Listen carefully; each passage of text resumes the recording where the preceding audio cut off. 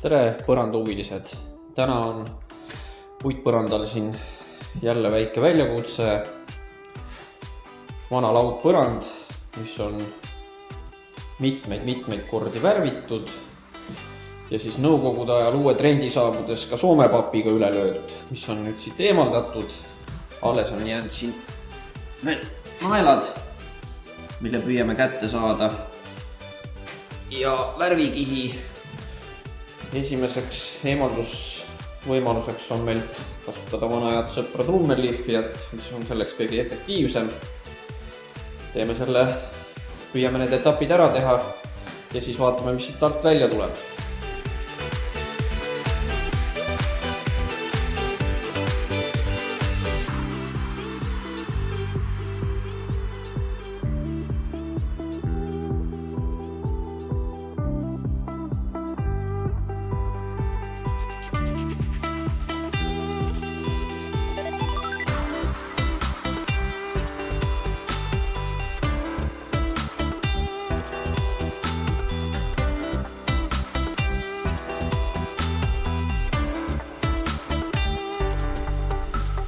Ja oleme siin nüüd poole lihvimise peal.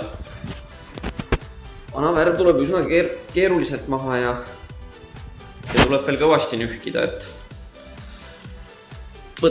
teeme vahelduseks ka ääred ära, millest kasutame äärelihvijat.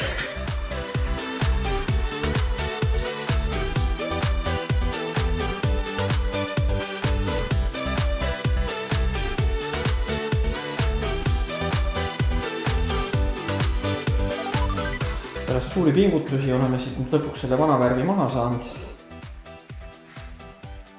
Ääred ka puhtaks. Järgmisena teeme väikse pahtlisegu sellest saepurutolmust, mis meil seal masinas on. See on hästi hea peenike tolm. Ja täidame natukene neid vahesid siin. Ja siis paneme krundi peale ja lõppkihi. Ja ongi valmis.